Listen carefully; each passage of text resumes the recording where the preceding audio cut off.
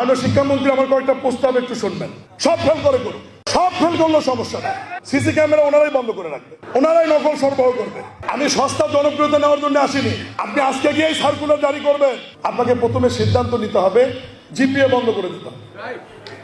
আপনি যেভাবে পাস করেছি আপনি আমার ওই ফরম্যাটে ফিরে যান।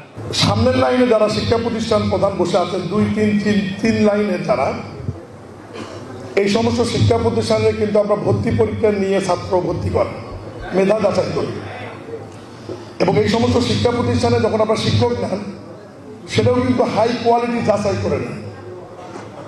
আমি এই কথাটা এই কারণে বলছি, আমি কিন্তু পুষ্টিহীন একটা ছাত্র, অনগ্রসর পরিবারের ছাত্র। আমি গ্রামে পড়াশোনা করেছি, তো পিছনের দিকে যারা বসে আছেন এই সমস্ত স্কুল কলেজ মাদ্রাসাগুলোতে কিন্তু পুষ্টিহীন ছাত্ররা বেশি পড়ে, অনগ্রসর পরিবারের সন্তানরা বেশি পড়ে।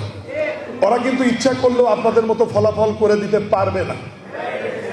আমি নিজেও টিচারই করেছি, আমি আপনাদেরকে চ্যালেঞ্জ দিয়ে বলতে পারবো, ওই স্কুলে ওই পরিমাণ ছাত্রকে আপনাদের এই সেট আপ টিচার যদি আমি পাঠিয়ে দেই, আপনারা যে ফলাফল করাবেন ওখানে ওই ফলাফল করাতে পারবেন না। বিকজ আপনার স্টুডেন্ট নেওয়ার সময় যাচাই করে নেন, আর তাদের যাচাই করার সুযোগ থাকে না। মাননীয় শিক্ষামন্ত্রী আমার কয়েকটা প্রস্তাব একটু শুনবেন।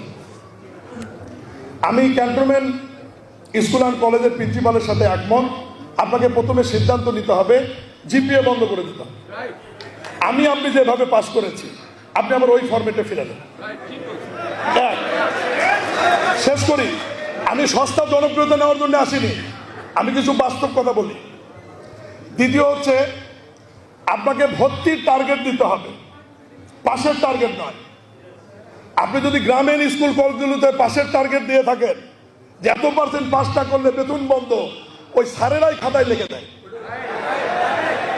আপনি আজকে গিয়ে সার্কুলার জারি করবেন, ভর্তির টার্গেট দিয়ে দেন যে আপনার স্কুলে 6, 7, 8, 9, 10-এ এত পরিমাণ ছাত্রছাত্রী ভর্তি করতে হবে, তারা যাতে ক্লাসে আসে এটা নিশ্চিত করতে হবে। পাশের টার্গেট দেওয়া যাবে, সব ফেল করে করুন, সব ফেল করলেও সমস্যা নেই। কিন্তু আপনি যখন পাশের টার্গেট দিয়ে দিচ্ছেন, সিসি ক্যামেরা ওনারাই বন্ধ করে রাখবে, ওনারাই নকল সরবরাহ করবে, এবং ওনারাই পারলে খাতায় লিখে দেবে। কারণ টার্গেট অনুযায়ী যদি পাস করাতে না পারে, ওনাদের তো বেতন আপনি বন্ধ করে দেবেন। এখন যে প্রস্তাব দেবো আপনারা খুব একটা খুশি হবেন না। রাজনীতিবিদদের যদি 3 বছর 5 বছর পর পর পরীক্ষা দিতে হয়, ভোটের পরীক্ষা, ভিসি নওগাঁ যেটা বলেছে যে বিগত 20 বছরে যদি শিক্ষক নিয়ে গিয়ে ডিজাস্টারই হয়ে যায়, শিক্ষামন্ত্রীর কাছে আমার প্রস্তাবনা থাকবে এই 20 বছরে